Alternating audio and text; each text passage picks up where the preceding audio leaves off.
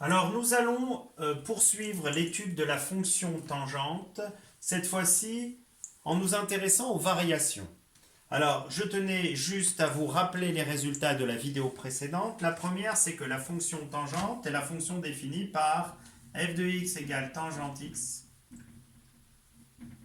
qui est égale à sinus x sur cosinus x, de toute évidence, quand cette fonction est définie. Et pour qu'elle soit définie, il faut que x soit différent de tous les nombres s'écrivant sous la forme moins pi sur 2 plus 2 pi, et en même temps x différent de pi sur 2 plus 2 pi, où k appartient à z.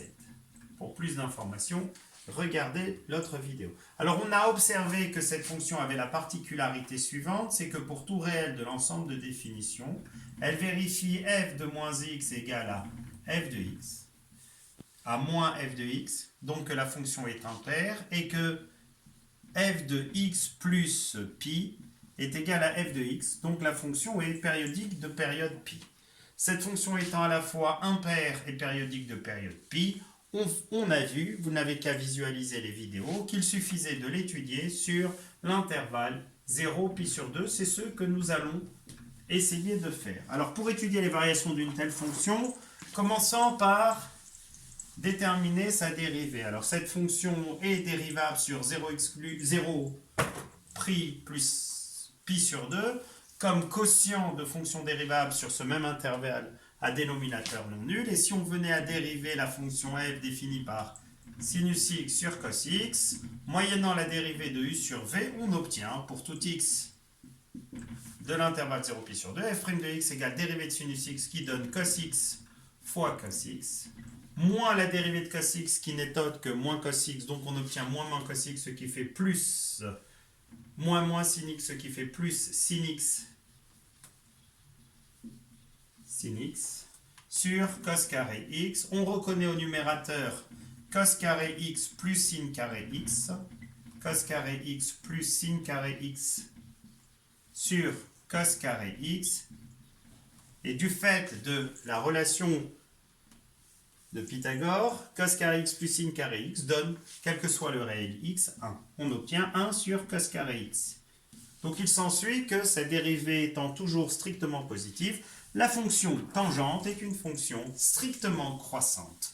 Où ça? Sur l'intervalle sur lequel on vient d'étudier, à savoir 0 pi sur 2. Donc ce que je vous demande à tous, c'est à partir de cette information sur 0 pi sur 2, de réussir, moyennant l'étude déjà obtenue quant à l'imparité de cette fonction et la pi périodicité, de me déterminer ces variations sur l'intervalle moins pi pi. C'est ce que je vais faire en même temps avec vous. Donc on a vu que la dérivée était strictement positive, donc que la fonction tangente est strictement croissante sur l'intervalle 0 pi sur 2. Donc du fait que la fonction ne soit pas définie en pi sur 2, on rajoute une double barre.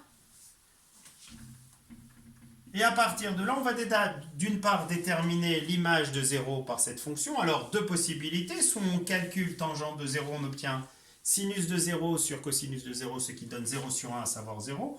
Ou alors, on utilise un des résultats d'une fonction impaire définie en 0, qui dit que toute fonction impaire définie en 0 a pour image 0 en 0. Maintenant, en pi sur 2, nous allons calculer sa limite. Comme vous pouvez le constater, elle n'est pas définie en pi sur 2, donc nous allons faire la limite. Quand x tend vers pi sur 2, de toute évidence par valeur inférieure, de sinus x sur cos x. Toujours notre petit cercle trigonométrique, outil indispensable dans ce chapitre. Quand x tend vers pi sur 2 par valeur inférieure, c'est-à-dire à ce niveau-là. Donc, le sinus tend vers sinus de pi sur 2 qui vaut 1. Et le cosinus tend vers cosinus de pi sur 2, attention, x étant inférieur à pi sur 2, donc ça tend vers 0 par valeur positive. Donc le numérateur tendant vers 1 et le dénominateur vers 0 plus, il s'ensuit que par quotient, la tangente va tendre vers plus l'infini. Je reporte plus l'infini. Et de là, je vais sortir mes informations quant à l'imparité. La fonction étant impaire, les variations étant obtenues sur 0 pi sur 2, par imparité, on les a sur moins pi sur 2. 0, les voici, limite plus l'infini, de ce fait moins l'infini. On vient de ce fait d'obtenir les variations de la fonction tangente sur moins pi sur 2, qui est bien l'intervalle d'amplitude pi, il suffit de faire pi sur 2 moins pi sur 2, on obtient le pi. Pi qui correspond à la période de la fonction tangente, et à partir de là, par translation, on obtient ici les variations, donc moins l'infini à nouveau, et ici on avait 0, qui par translation donne 0. La même chose ici, on a plus l'infini, et ici on a 0. Donc en procédant de la sorte, on a de toute évidence toutes les variations de la fonction f, et ceci dans n'importe quel intervalle.